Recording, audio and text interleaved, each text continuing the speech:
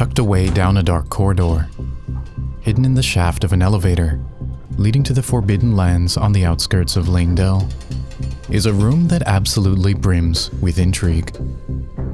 Because it was down this ominous hallway, behind this very door, that some of the darkest secrets in the lands between were concealed. A room with almost certain ties to Melina, and just maybe, where the most infamous conspiracy in the lands between was planned.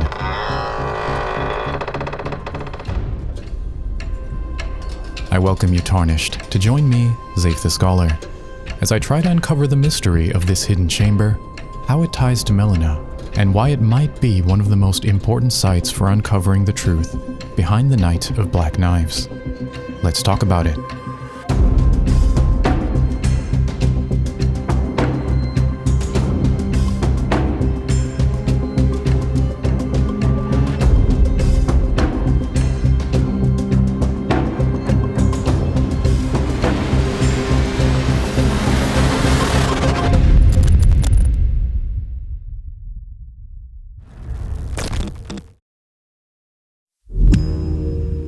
But before I get into all the details, I'd like to shout out this video's sponsor, War Thunder.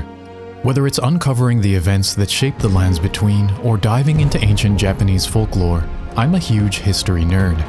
And when it comes to experiencing military history firsthand, nothing hits quite like War Thunder. Combining realistic graphics, authentic sound, and meticulously designed models, War Thunder lets you take command of over 2,500 different vehicles from 10 different nations and engage in immersive PvP action.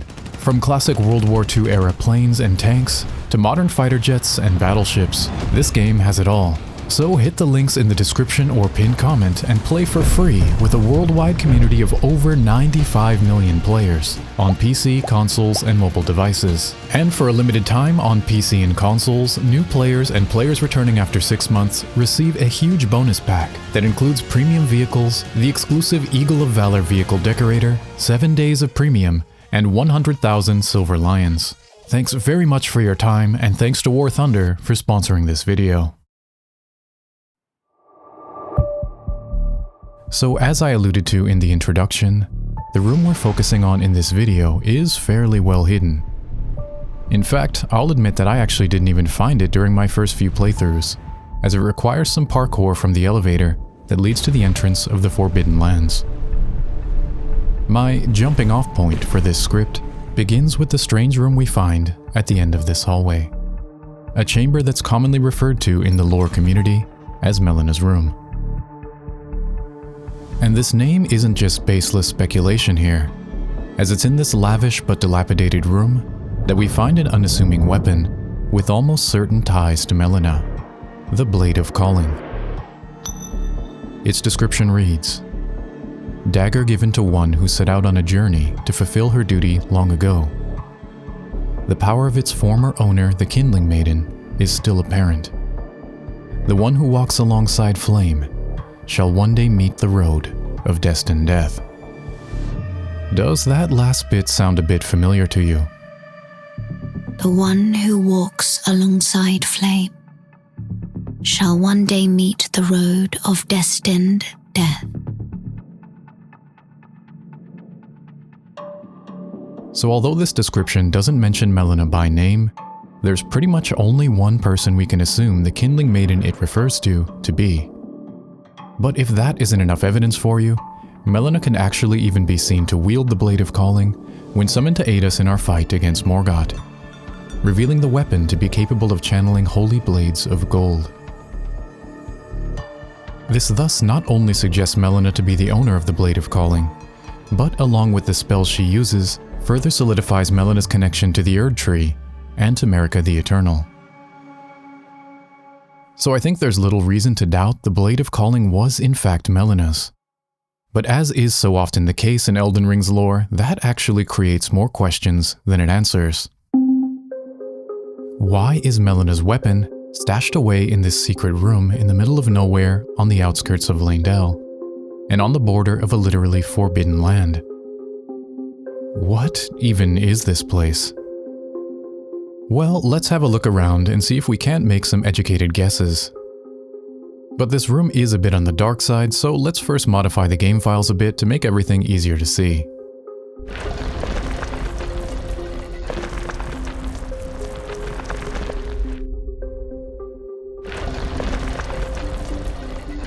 There we go, much better.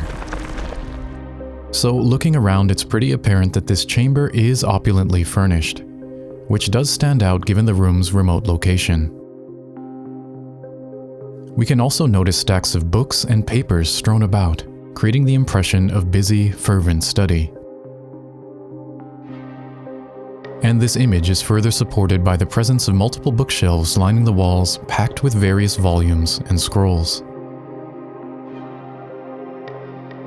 Whoever was using this room seems to have been trying to uncover something hidden away in the pages of these tomes and documents. Now, one common theory I've seen floating around the community is that this room actually served as a prison cell for Melina.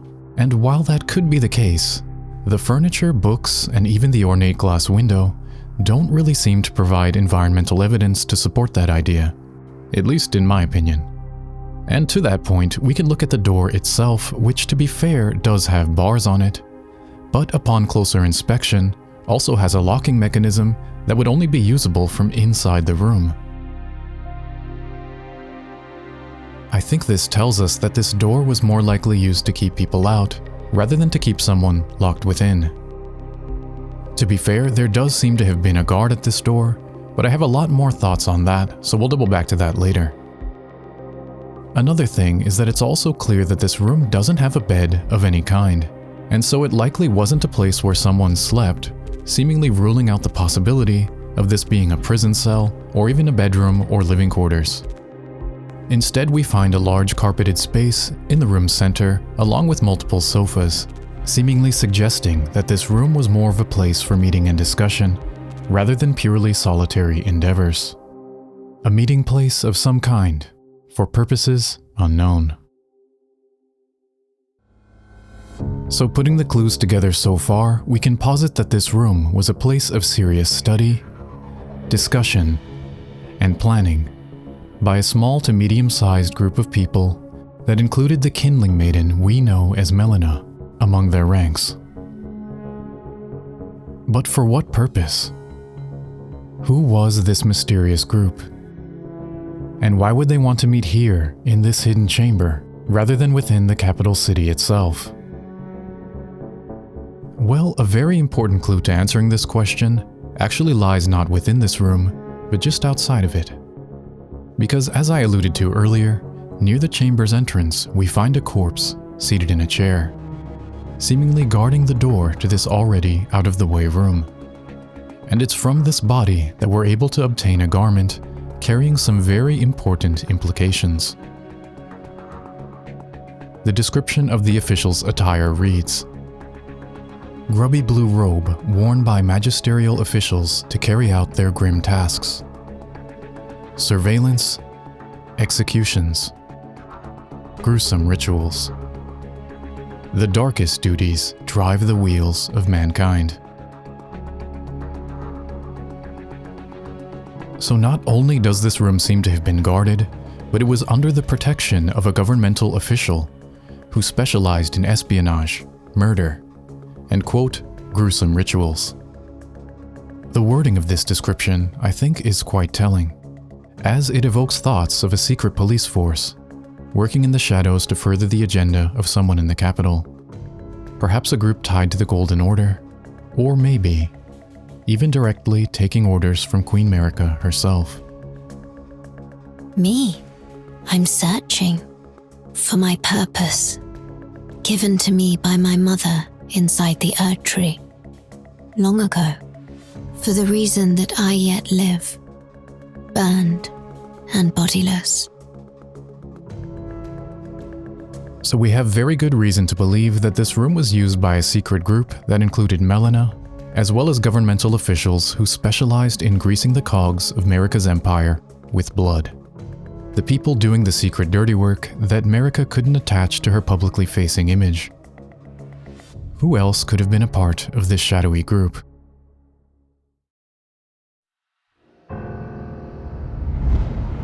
Well, let's take another closer look at Melina and see if we can't take a stab at some guesses.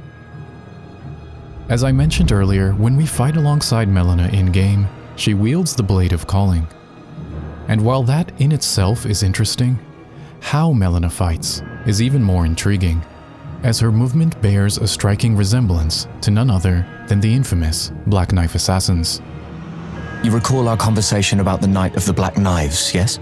They say the assassins who carried out the deed were scions of the Eternal City, a group entirely of women arrayed in armor of silver under cloaks which fooled the eye.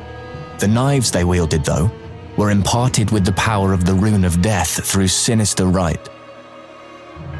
Adding on to what we learned from Sorcerer Rogier, the description of the Black Knife set states, "The assassins that carried out the deeds of the Knight of Black Knives were all women, and rumored to be Newmen who had close ties with Marika herself." Like any Elden Ring lore nerd, I've long wondered about the Black Knife Assassins. Just why did they turn on Marika, someone they had close ties with? But also, how did they even manage to orchestrate a plot that required access to Godwyn the Golden, who was presumably well protected within the capital during his assassination? Well, what if the Black Knives were actually part of a secret police force that answered to Marika and that had almost unrestricted access to Leyndell? A force that Marika trusted and even allowed or encouraged Melina to join for reasons unknown.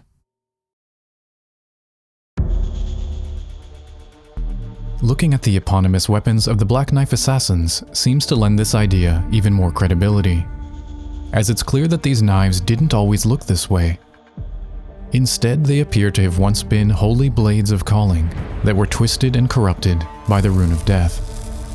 The description of the Black Knife reads, "Dagger once belonging to one of the assassins who murdered Godwyn the Golden on the night of the Black Knives.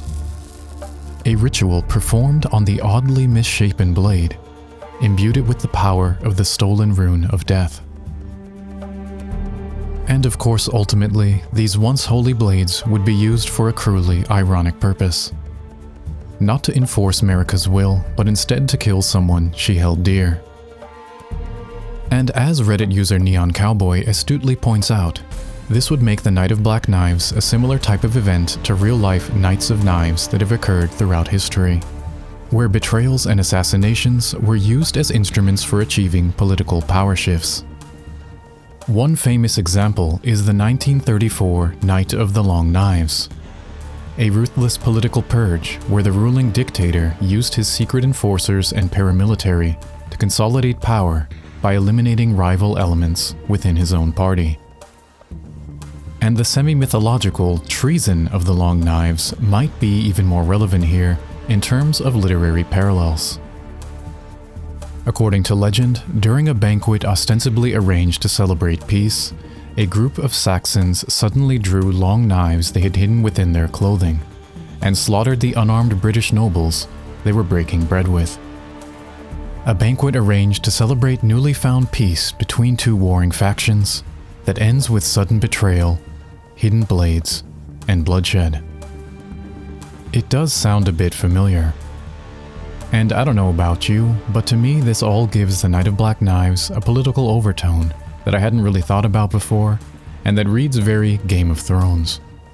And given George R.R. Martin's involvement here, I guess that's not very surprising. Now, just to be clear, I don't think we can directly tie Melina to Godwyn's assassination, as we would need more evidence for that. And in fact, finding her weapon here in this room, uncorrupted, might suggest that she didn't want to participate in the conspiracy, leaving her blade here in its still holy state. However, I don't think it's too much of a stretch to think that this room may have been where the Knight of Black Knives was planned, or at the very least was a base used by Melina and the Black Knives long before Godwyn's murder. A hidden rendezvous point where the Black Knives organized their operations under the protection of secrecy and an armed guard. Who knows, is it possible that Lunar Princess Ranni may have even visited this room at some point to meet with her co-conspirators in the Black Knives plot? That might sound like a complete stretch, But going back to the officials set we received from the corpse in front of the door, we can actually find a somewhat solid connection to the Carians.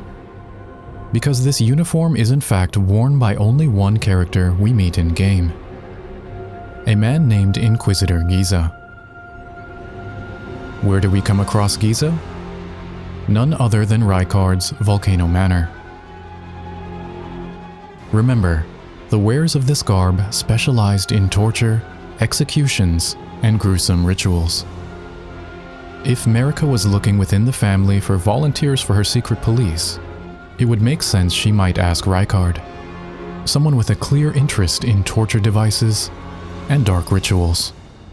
And this therefore positions Rykard as a possible middleman between his sister Ranni and Marika's elite team of Black Knife assassins.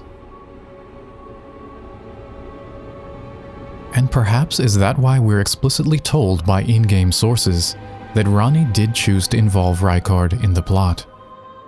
Or as we learn from the Blasphemous Claw, a slab of rock engraved with traces of the Rune of Death. On the night of the dire plot, Ranni rewarded Praetor Rykard with these traces. Should the coming trespass one day transpire, they would serve as a last resort foil, allowing Rykard to challenge Maliketh the Black Blade, the Black Beast of destined death. In both the Japanese and English texts here, Ranni is said to have rewarded Rykard on the Night of Black Knives with these traces. But rewarded for what? Was it perhaps for helping set up a meeting between her and the Black Knives to begin with? Was Rykard the middleman or conduit between these two groups?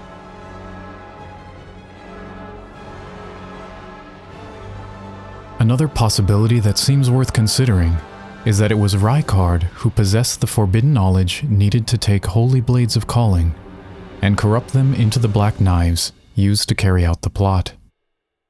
We know from looking at the official concept art of the Blasphemous Blade that he seemed to possess such knowledge. It's all speculation, of course, but it's pretty fun to think about. But what we can say with more certainty is that the things being discussed in this room required secrecy, needed to be guarded, and involved doing the hidden dirty work of the Empire. But if not the Night of Black Knives, could this room have been the setting of a plot of a different kind?